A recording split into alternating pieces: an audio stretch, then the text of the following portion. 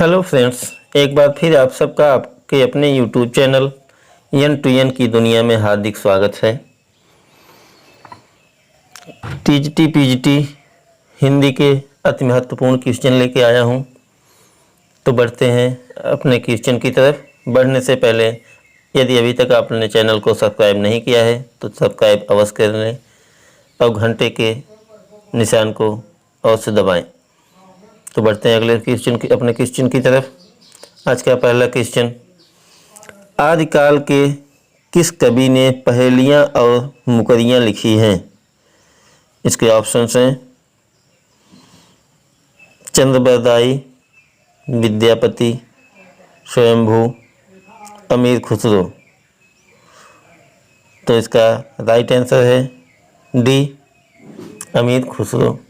आदिकालीन कवि अमीर खुसरो ने पहेलियाँ मुकरियाँ तथा दो सुखने लिखकर जनता का भरपूर मनोरंजन तो किया ही, साथ ही साथ प्रारंभिक खड़ी बोली हिंदी का ठेठ बोलचाल में प्रयोग भी किया है। बढ़ते हैं अगले क्वेश्चन की तरफ। रामानंद का संबंध किस संप्रदाय से था? तो इसके ऑप्शंस हैं ब्राह्मण समाज, रुद्र समाज, श्री संप्रदाय, सनकादिक संप्रदाय। तो इसका राइट आंसर है श्री संप्रदाय। रामानंद जी का संबंध श्री संप्रदाय से था। नेक्स्ट क्वेश्चन है, बीसल देव रासों के रचयिता कौन है? तो इसके ऑप्शंस हैं दलपत विजय, नरपत नाल, जगनिक, चंद्रबरदाई। तो दोस्तों, बीसल देव रासो आदिकालीन कवि नरपत नाल द्वारा रचित रासो ग्रंथ है जो 4 कालखंडों में बटा है। इसमें प्रत्येक खंड में बीसल देव व राजमती के विवाह का वर्णन है। तो इसका राइट आंसर क्या है दोस्तों? बी, नरपत नाल। नेक्स्ट क्वेश्चन है, साहित्य जनसमूह के हृदय का विकास है, यह निबंध किसका है? तो इसके ऑप्शंस हैं बाल मुकुंद, भारतेंदु हरिश्चंद्र, बालकृष्ण भट्ट, रामचंद्र शुक्ल। तो दोस्तों, भारतेंदु युगीन रचनाकार बालकृष्ण भट्ट के अनुसार साहित्य जनसमूह के हृदय का विकास है, जिसे उन्होंने अपने इसी नाम से संबंधित निबंध में घोषित किया। बालकृष्ण भट्ट का जन्म 23 जून 1844 ईस्वी इलाहाबाद में हुआ था, जो आज प्रयागराज के नाम से जाना जाता है। ये हिंदी के प्रथम निबंधकार भी माने जाते हैं। कुछ विद्वान इनको हिंदी के प्रथम निबंधकार भी मानते हैं। इन्हें हिंदी का एडिसन भी कहा जाता है। तो बढ़ते हैं अगले क्वेश्चन की तरफ। तो इसका राइट आंसर था बालकृष्ण भट्ट। नेक्स्ट क्वेश्चन है, अतीत के चलचित्र किसकी कृति है? इसके ऑप्शंस हैं महादेवी वर्मा, जगदीश चंद्र बाथुर, राम वृक्ष बेनीपुरी, शिव पूजन सहाय। दोस्तों, अतीत के चलचित्र 1941 ईस्वी में महादेवी वर्मा द्वारा रचित एक रेखा चित्र है। तो इसका राइट आंसर हो जाएगा ए, महादेवी वर्मा। नेक्स्ट क्वेश्चन है, निम्न में से कौन सी जायसी जी की रचना नहीं है? तो इसके ऑप्शंस हैं मधुमालती, पद्मावत, आखिरी कलाम, अखरावत। दोस्तों, बात करें जायसी जी की तो सूफी कवि मलिक मोहम्मद जायसी, इनका पूरा नाम है मलिक मोहम्मद जायसी जी की रचनाओं में प्रमुख हैं पद्मावत, आखिरी कलाम, अखरावत, जबकि मधुमालती सूफी कवि मंझन जी की रचना है जायसी जी की अन्य रचनाओं में आप समझ सकते हैं, जैसे आप एक तरह से समझ सकते हैं जायसी जी की जो रचनाएं हैं, पद्मावत, अखरावत, वैसे ही चंपावत, मटकावत, होलीनामा, इतरावत आदि। वत लास्ट में है तो जायसी जी की रचना कन्फर्म है 99%। तो इसका राइट आंसर है मधुमालती जायसी जी की रचना नहीं है। नेक्स्ट क्वेश्चन है, एक बूंद सहसा उछली किस विधा की रचना है? इसके ऑप्शंस हैं नाटक, काव्य, निबंध, यात्रा वृत्तांत। दोस्तों, एक बूंद सहसा उछली 1960 ईस्वी में सच्चिदानंद हीरानंद वात्स्यायन अज्ञे द्वारा रचित यात्रा वृत्तांत है। तो इस तरह से आप समझ सकते हैं यह रचना यात्रा वृत्तांत विधा की है। तो बढ़ते हैं अगले क्वेश्चन की तरफ। तो इसका राइट आंसर हो जाएगा यात्रा वृत्तांत। नेक्स्ट क्वेश्चन है, माटी की मूर्तें के रचनाकार कौन हैं? तो इसके ऑप्शंस हैं महादेवी वर्मा, हरिवंश राय बच्चन, राम वृक्ष बेनीपुरी, प्रकाश चंद्र गुप्ता। दोस्तों, माटी की मूर्तें राम वृक्ष बेनीपुरी द्वारा 1946 ईस्वी में रचित एक संस्मरणात्मक रेखा चित्र है। तो इसका राइट आंसर हो जाता है सी, राम वृक्ष बेनीपुरी। नेक्स्ट क्वेश्चन है, गुरु नानक जी का संबंध किस प्रांत से था? ये तो सबको पता होगा, पंजाब के थे। तो थोड़ा समझते हैं। गुरु नानक का संबंध भारत के पंजाब राज्य से था। सिखों के आदि गुरु गुरु नानक का जन्म 15 अप्रैल 1469 ईस्वी में तलवंडी में हुआ था। गुरु नानक जी की रचनाएं गुरु ग्रंथ साहब में संकलित हैं। तो इसका राइट आंसर हो जाता है पंजाब। नेक्स्ट क्वेश्चन है, आदिकाल के किस कवि को मैथिल कोकिल कहा गया है? तो इसके ऑप्शंस हैं मैथिली शरण, चंद्रबरदाई, अमीर खुसरो, विद्यापति। दोस्तों, आदिकालीन कवि विद्यापति को मैथिल कोकिल तथा अभिनव जयदेव, कवि भंडार, दोस्तों कवि कंठहार तथा कवि शेखर आदि भी नामों से जाना जाता है। तो बढ़ते हैं अगले क्वेश्चन की तरफ। इसका right answer Vidyapati. Next question है, तूफानों के बीच शीर्षक रिपोर्टाज के लेखक कौन है? दोस्तों, इसके ऑप्शंस हैं रामचंद्र शुक्ल, विवेकी राय, राज्ञे राघव, धर्मवीर भारती। तो दोस्तों, तूफानों के बीच राज्ञे राघव द्वारा रचित रिपोर्टाज है। इनका पूरा नाम तिरुमल्ले नंबाकम वीर राघव आचार्य है। तो इसका राइट आंसर हो जाता है राज्ञे राघव। नेक्स्ट क्वेश्चन है, निम्न में से संदेश रासक का रचयिता कौन है? इसके ऑप्शंस हैं लक्ष्मीधर, हेमचंद, अधमाड़, धनपाल।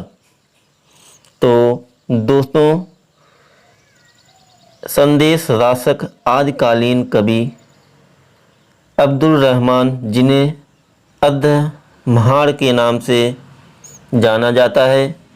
तो इसका राइट आंसर हो जाएगा अधमाड़। नेक्स्ट क्वेश्चन है, किन्नर देश में किसका यात्रा साहित्य है? इसके ऑप्शंस हैं अज्ञेय, रामधारी सिंह दिनकर, निर्मल वर्मा, राहुल सांकृत्यायन। तो दोस्तों किन्नर देश में राहुल सांकृत्यायन द्वारा रचित यात्रा वृत्तांत है। इनका मूल नाम केदारनाथ पांडे है। इनका जन्म 9 अप्रैल 1893 ईस्वी में उत्तर प्रदेश में के आजमगढ़ जिले में हुआ था। तो बढ़ते हैं अगले क्वेश्चन की तरफ। बढ़ने से पहले इसका ऑप्शन से सही है Rahul Sankrityayan D. Next question है निम्न में से कौन सा सही सुमेलित नहीं है? तो इसके ऑप्शंस हैं ए ज्ञानदीप शेख नबी, गिर मिर्गावत मंझन और ज्ञानदीप नहीं सॉरी दोस्तों अनुराग बांसुरी, चित्रावली उस्मान। इसमें से ज्ञानदीप शेख नबी की रचना है। मिर्गावत दोस्तों मंझन जी की रचना नहीं है। मिर्गावत मंझन जी की रचना नहीं है, यह कुतुबन जी की रचना है। शेख बुहरान के शिष्य थे। तो बढ़ते हैं अगले क्वेश्चन की तरफ। चांद का मुंह टेढ़ा है किसकी काव्य रचना है? इसके ऑप्शन हैं शमशेर की, अज्ञेय जी की, मुक्ति बोध की, नागार्जुन की। दोस्तों चांद का मुंह टेढ़ा है यह रचना गजानन माधव मुक्ति बोध की काव्य रचना है, जिसका प्रकाशन 1964 ईस्वी में इनकी मृत्यु के बाद हुआ था। मुक्ति बोध प्रथम तार सप्तक के कवि भी हैं। तो इसका राइट आंसर है मुक्ति बोध। इनका पूरा नाम है गजानन माधव मुक्ति बोध। नेक्स्ट क्वेश्चन है जमीन पक रही है किसका काव्य संग्रह है? इसके ऑप्शंस हैं रघुवीर सहाय, केदारनाथ सिंह, कुंवर नारायण, धूमिल। दोस्तों जमीन पक रही है तीसरे सप्तक के साठोत्तरी कवि केदारनाथ सिंह की काव्य रचना है, जिसका प्रकाशन 1980 ईस्वी में हुआ था। तो इसका राइट आंसर है केदारनाथ सिंह। नेक्स्ट क्वेश्चन है तार सप्तक कब प्रकाशित हुआ था? तो इसके ऑप्शंस हैं 1943 ईस्वी, 1959 ईस्वी, 1951 ईस्वी, 1942 ईस्वी। दोस्तों तार सप्तक का प्रकाशन 1943 ईस्वी में हुआ था। अज्ञेय के संपादकत्व में हुआ था। तो बढ़ते हैं अगले क्वेश्चन की तरफ। श्री कृष्ण गीतावली के रचनाकार कौन हैं? तो इसके ऑप्शंस हैं तुलसीदास, सूरदास, सुंदरदास, नंददास। दोस्तों श्री कृष्ण गीतावली भक्तिकालीन कवि गोस्वामी तुलसीदास द्वारा ब्रज भाषा में रचित काव्य ग्रंथ है। तो बढ़ते हैं अपने क्वेश्चन की तरफ, अगले क्वेश्चन की तरफ। तो इसका राइट आंसर हो जाएगा दोस्तों तुलसीदास। नेक्स्ट क्वेश्चन है कत विधि सृजि नारी जगमाही पराधीन सपने सुख नाही। पंक्ति की रचना किसने की है? तो इसके ऑप्शंस हैं मीराबाई, जायसी, तुलसीदास, सूरदास। कति विधि सृज नारी जग माही, कति विधि सृज नारी जग माही, पराधीन सपने सुख नाही। यह पंक्ति किसकी है दोस्तों? यह पंक्ति गोस्वामी तुलसीदास की है, जो रामचरितमानस से उद्धृत है। रामचरितमानस अवधी भाषा में बद्ध 7 कांडों का महाकाव्य ग्रंथ है। तो इसका राइट आंसर है श्री तुलसीदास जी के द्वारा रचित है। नेक्स्ट क्वेश्चन है, प्रथम रश्मि का आना रंगिणी तूने कैसे पहचाना। दोस्तों इसका राइट आंसर है